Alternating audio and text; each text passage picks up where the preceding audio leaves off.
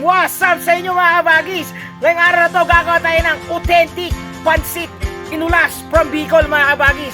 Ito nga pala mga kabagis yung pansit bato na merong dinuguan. Yun mga kabagis. So ngayon mga kabagis, malapit na ba tayo mag 400 subscriber mga kabagis. Mamibigay tayo ng Gcash yan mga kabagis. Abangan nyo kung paano kayo makakasali. Boom!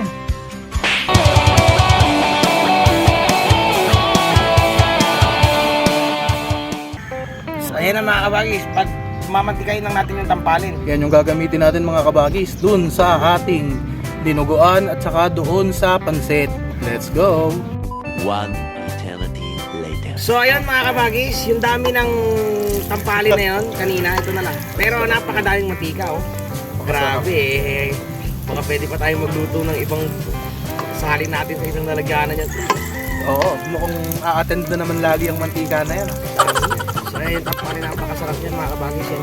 Okay, crispyin lang namin ito mga kabagis. Balikan namin ito. Good sa ito mga kabagis, amoy natin. Ang lutong yan, crispy-licious.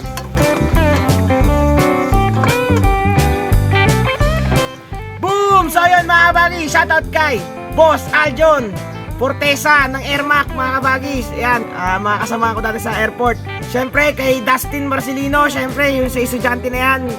Shoutout sa'yo tol. Kay Annalyn Pulistico, shoutout. Aneng, shoutout kay Aileen Oqueño, kay Tibing TV, sa akin Kapitik TV. Shoutout sa inyong lahat mga kabagis. So, Yan yung mantika nung taba. magigisa lang tayo mga kabagis. Gagawa tayo ng dinuguan mga kabagis. Kaya we try our best to make it authentic mga kabagis. Mainit na yung mantika, sunod mo yung sibuyas. Next nyo yung karne mga kabagis. Igisa na lang yan, dami oh. Sarap. Pero mamaya liliit yan mga kabagis. Balikan namin kayo. Lagyan nyo ng patis mga kabagis. Konti lang. Para magtubig lang mga kabagis. Yun nga palang dugo, nilagyan namin yan ng konting suka para hindi siya mamuo. Mga kabagis, next nyo yung dugo. Huwag kayo ng pansala. Ah, Lagyan natin lahat para malapot daw. dinuguan na yan pare. Mga kabagis, 4 cubes. Kalahati lang. Hap lang. Lagyan nyo na rin ng suka. Tansya lang kasi may suka yung ating nahiwagang dugo. Haluin na yan, hutangin na, luto na yan. Kaya sabi, may hilaw daw yung suka, kalokohan yun. Kalokohan yan. Pakukuluan mo pa ng matagal, palalambutan mo, posibleng di maluto yan, di ba? Yan ang Entrepreneurial mindset. balikan namin kayo mga kabagis. Alam mo, di ko makakalimutan ko yun ha. Mga kabagis, sili, saka star pamin. Star pamin. Ituloy nyo na yung sili mga kabagis. Ano, masabaw yung ano nila, yung dinuguan pre. Masabaw. Masabaw. Oo. Pipilitin natin maging authentic kasi ang itatitle namin dito, authentic pansit bato ng mga Bicolano. Okay. Get that? Thank you. Antayin lang natin maluto to. Tapos, proceed na tayo dun sa pansit.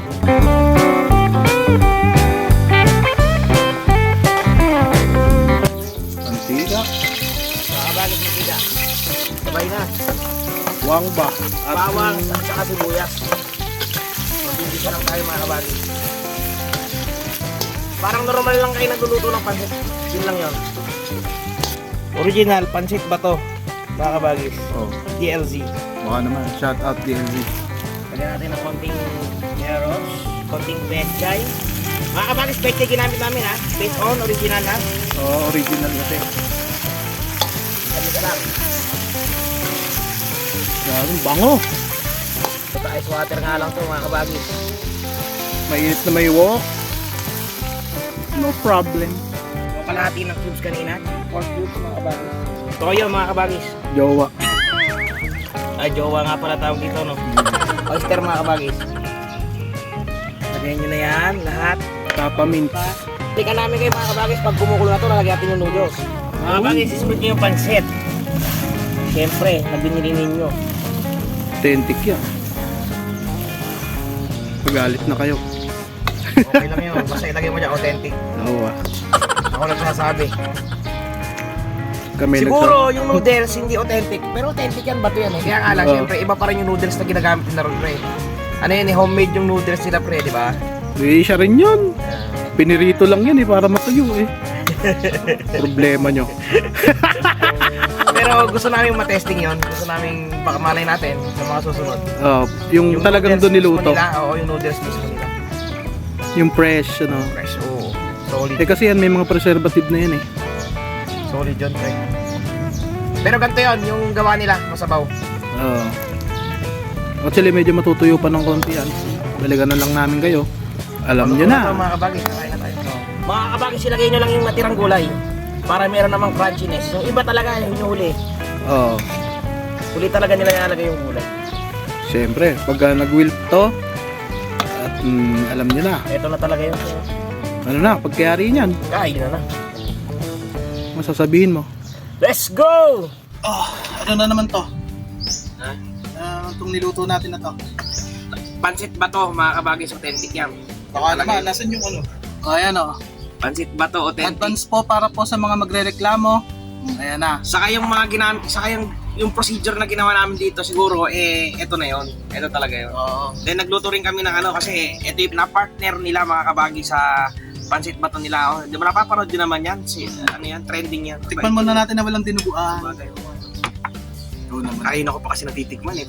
Kain ako pa tinitikman na walang dinuguan. Mga kabagis oh. Walang dinuguan mga kabagi.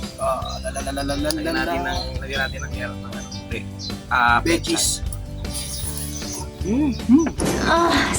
Dulas. Sarap niya ito. Mapansin nyo mga kabagis, nakikita nyo ba sa camera may kanin? Panapla lang daw mga kabagi. Actually, pwede siyang ulam eh, no? Pwede. Sarap eh. Nagkating mga kabagi ito. Naantay ko to eh. Dinuguan. Parang yan na rin pampasim niya eh, no? Magle-level up kaya pre. Saka i-mix. Makalalaman natin pre. Ano ka naman, First bite. perfect bite. Samahan mo ng taba pre. Perfect bite. Mga kabagis. Uy, nalaglag. Tapos kunin ko na lang. Ano sasabihin mo bago ka sumubo? Kaya Kaya ko to, let's go!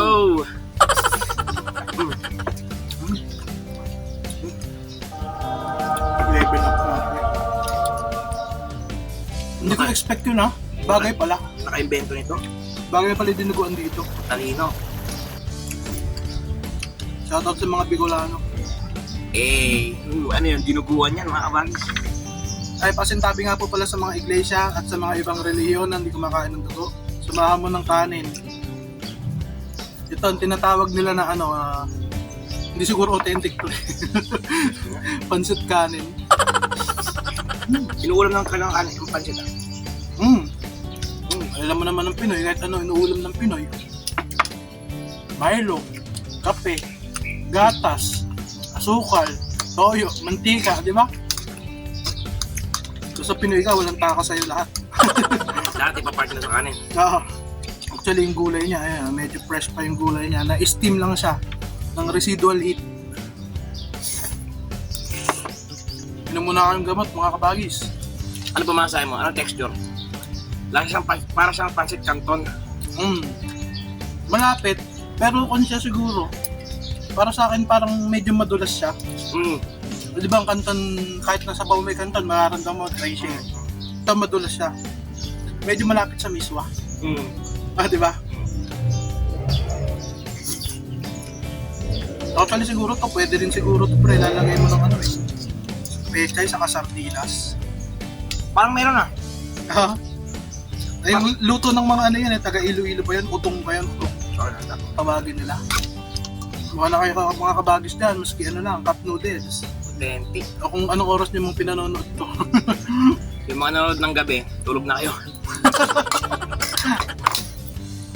Kuha tayo ng kanin. Okay. Ay! Lagay mo dito sa sabaw. Ayun, lagay nyo doon sa sabaw. Sabaw. Grabe. Halo nyo. Siguro sa inyo mga kabagis, babawasan ko na ito pre ah. Wala naman na to eh. Oo, siyempre. Picture naman na yan eh. Siguro sa inyo mga kabagis, meron din mga galing sa sakit, ano? So, totoo lang galing kami sa sakit, no? Isang linggo kami isang content kami hindi nag-content. Pero hindi nyo mahalata yun kasi Actually, dalawa yun. hindi nyo mahalata yun kasi nag-upload kami kahit wala kasi mabala eh. Mga kabagis, dalawa lang kami. Kalahating kilong karne yan. Kalahating kilo rin na pansit. Tapos meron pang tampalin. Hindi namin kaya. Hindi naman namin. Hindi naman kami mukbang na ano, na mauubos talaga. Cookbang kami, nagluluto. Nagluluto tapos titikman. Kaya mga kabagis, maraming salamat po sa lahat ng umabot dito.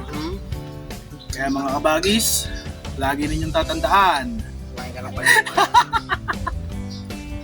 Kumain ka ng pansit para hindi ka ginagawang kabit. Iyan o, tayo na rhyme yun ha. Kaya kung hindi ka pa naka-like, I-like mo na yan. subscribe na rin kayo Hit nyo na rin yung notification bell. para updated kayo sa food Trip and good vibes mga kabagis. Last bite. Tun, tun, tun. Tun.